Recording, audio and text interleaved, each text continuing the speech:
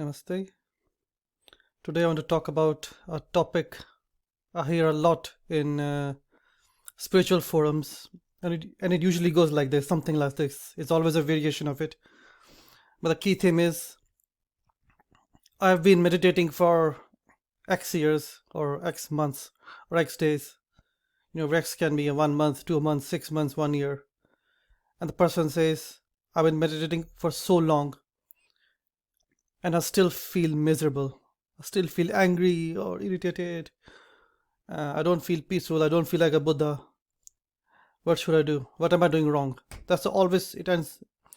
It's always a stated or an unstated assumption. What am I doing wrong? Because they think that they must be doing something wrong. They don't feel great, so they must be doing something wrong. And most of the answers in the forums go, yeah, you are doing something wrong. Stick with it. Or who's your guru? You need to change your guru. You're following this new agey guy. You need to follow a traditional path. You need to wear, put on orange robes, shave your head, and call yourself Swami Fatananda or something. Swami Fatananda, like that. or or they say things like, just stick with it, it'll happen, blah blah blah. So today I want to address this question: why don't people feel peaceful after meditating for so long? And this comes back to a point I've made in the previous videos and multiple times since then, that most of what we know about meditation comes from marketing. And the marketing goes that meditation makes you feel relaxed. Yeah, it's it's like meditation is like weed. Whenever you're stressed, you just, yeah, man, this is the good stuff, man. And if you're in America, it's even legal now, so you have no excuse. Here's the thing: meditation doesn't make you happy because it's not supposed to make you happy. The part of us that wants to be happy is the ego, the mind, the monkey mind. That's what's stuck in an infinite loop of thinking. And that part can, let's be honest, never be enlightened. The ego never gets enlightened. The job of meditation is to put us in touch with what we are. Yeah, without judgment. No judgment is the... If someone were to ask me what the most important thing is, well, there are multiple things. I think number one is honesty with yourself. And most spiritual types are lacking in honesty. Maybe this is a video in itself. Honesty is the most important thing missing from most spiritual types. But I'll make a different video on that. The other most important thing is acceptance and compassion for yourself, for where you are. And a willingness to accept where you are. And just trust the process, just trust it. Meditation is a process of being in touch with who you are at this moment in time. It is not the mind that becomes enlightened. It is the universe, the universal intelligence, you can call it Buddha, nature, or your higher self, or whatever. It is working through us, and that is what gets enlightened through us. It is trying to discover itself through us. And so just sitting on your arse and chanting Om for 6 months or 6 years will not necessarily make you happy, because that's not the job of meditation.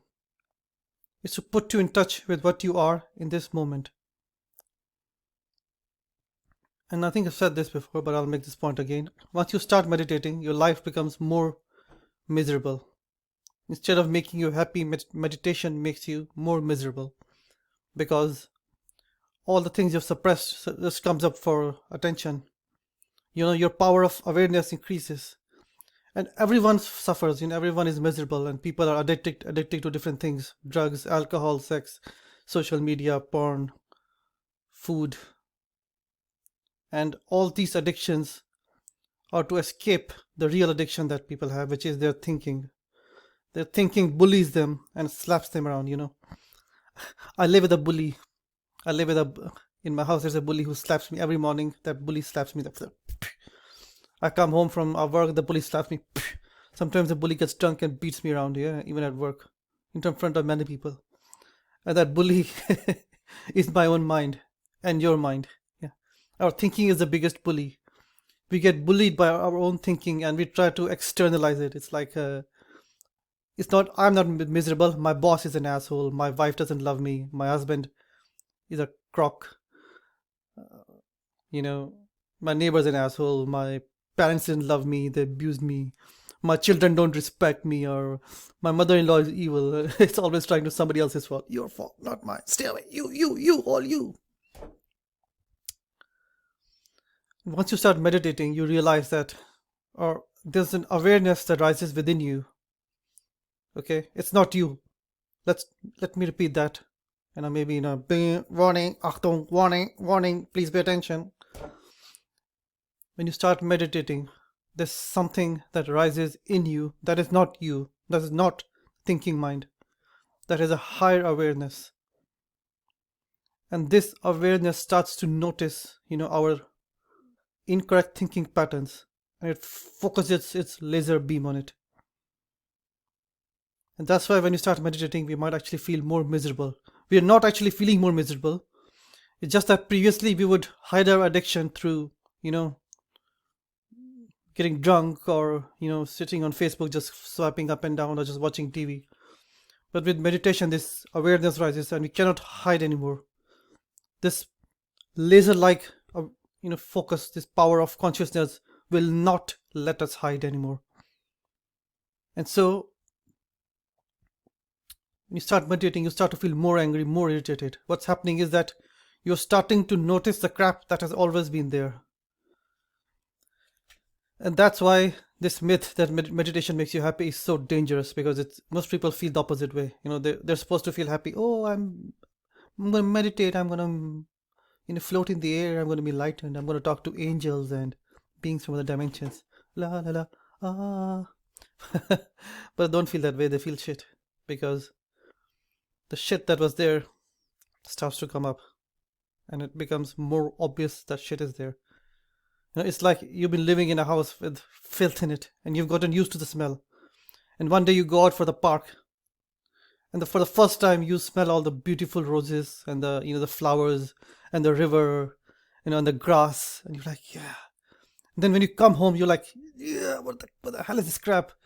How was I living here? And then you blame the park. You say, oh, it's the park's fault. The park in this case is the meditation for you. So what happens is, if you start properly meditating, it can take weeks, months. You start noticing all this crap that had always been there, always, but just you weren't aware of it. And now it's here, and you cannot hide from it. There's this great book by Pema Chodron. I think it's I can't remember the name. Yeah, I'll try to remember the name. I heard an audiobook. Pema Chodron, she's a great Buddhist nun, and she said, imagine you wake up one day and you look in the mirror and you see a ugly, hairy gorilla standing there. Just standing there, and you're like, that's not me. I'm not that ugly. And you try to wipe the mirror, but the gorilla's still there. And it's a shock, and it hurts you. But ultimately you have to accept that the person in the mirror is you. That ugly, horrible gorilla is you. And you just have to make your peace with it. That's what meditation is. It shows you, it puts a mirror on who you are at the moment. And there's no judgment in this. There's no judgment. That's the thing. The ego likes to judge and cut and and analyze and find faults. Your fault, my fault. If it cannot attack others, it'll attack itself. I'm such a bad man. I'm disgusting. I'm filthy. I get angry. Oh no, I'm not spiritual. I'll never meditate. I'll never be enlightened. Yeah, that's what the ego does. And then the ego says, oh, we're not going to be enlightened, so why the hell should we even try? Yeah, let's just give this crap up. Let's just go party. Let's drink every day. Let's watch porn till 2 in the night, and then let's do drugs or smoke weed, and then start drinking again, because it doesn't matter, right? That's the ego's game. That's how the ego tricks you. It convinces you that the shit doesn't matter. Let's just give it up. But here's the thing, like I said, it's not the ego that becomes enlightened. It's enlightenment that becomes enlightened. That's a quote from Adya Shanti. It's enlightenment that becomes enlightenment, enlightened, not us. And so if you're meditating and you're feeling miserable, you have to, and this is very hard, and I suffered for a long time, for years, and I know it's hard, and I'm sorry to say this. I know you're gonna probably hate me, but you just have to trust the process and go with it. You need to have patience. You need to have compassion for yourself. I need to accept that, the inner work is going on. The consciousness that arose in you, that showed you where the problems are, that higher level of awareness, which is your own higher, it's not something outside of you. It's not some god or some dude giving it to you. It's your own power. So that power that showed you what is wrong with you, that power will also heal you. It knows what to do. It knows how to do it, and what to do and how to do it, and when to do it. It knows that. And we cannot really help that intelligence because we are very limited. We are limited to all that can fit in our brain, and the brain is very powerful, but compared to the universal intelligence, the power of the whole universe, this brain is nothing. So this universal intelligence knows what to do. It knows how to do it. And it's very hard. I'm not saying it's easy. It can take months, years of struggling, but the best thing you can do is just trust it. This universal consciousness that's arising in you showed you what is wrong with you, and it'll also tell you how to heal it, or it'll heal it for you. It'll take all that anger and disgust and loathing, self-loathing and hate, and disgust for yourself. It'll heal all that slowly. It'll heal it with love and compassion, and the best thing we can do for it is get out of the way. Don't try to fight it. And the way you get out of the way is that first you continue your meditation no matter how shit you feel. And I've said this before, you only need to meditate for 2 minutes a day. You don't need to do it for 20 minutes or 2 hours or whatever. You do it for 2 minutes, but you do it as long as it makes you happy. Because if you're feeling joyful and peaceful, that's your higher self working through you. And in 2 minutes, 2 minutes of joy sitting peacefully are better than 2 hours of forcing yourself to, I'm gonna meditate. Yeah, that's how most people meditate, right? It's like, I'm sorry, this is a very rude example, but meditation is not like taking a shit. When you're taking a shit, you're like, oh, it's not coming out. Okay, I'm not gonna, that's a horrible example. Sorry, I'm not gonna use that. Okay. So meditation should not feel like, something that you have to do, something that's good for you. Ooh, you have to do it. If you're a good person, it's good for you. You have to go to the gym, you have to meditate, you have to eat greens. And all this leads to resistance. And your inner self, it gets angry and fights you. And if you fight yourself, you lose. Don't fight yourself. Take it easy, relax. Trust that the higher self knows what to do, how to heal you. If you're completely stuck, if you feel like shit, this shit ain't going nowhere and I'm pissed off, just sit quietly, few minutes, 2 minutes, 5 minutes, whatever, with a notebook. If you have, get a notebook and a pen, sit quietly, thank your higher self, thank your inner self, your inner guidance, inner teacher, and say, teacher, what should I do? What do I do? I feel angry, or I'm depressed, or I'm scared because I don't know, the economy is bad, I cannot find a job, I'm scared, or I'm really angry at the world, or nobody loves me and I'll die alone. And be honest, don't try to suppress yourself. Just with compassion, sit down and ask the higher self for guidance. And then just close your eyes and just listen to it. I find that writing works. You don't have to write on the pen and paper, you can write on your computer. You can record yourself, but make sure in my experience, this works best if you actually document it somewhere. Don't just think it in your head. Write it down on a piece of paper, write it on your computer, on your phone, tablet, or recorder. If you have a phone, the phone's a recorder, just record it. And you don't have to show it to anyone else, just delete it once you're done, or you can keep it if you want. But ask your higher self for guidance. What can I do next?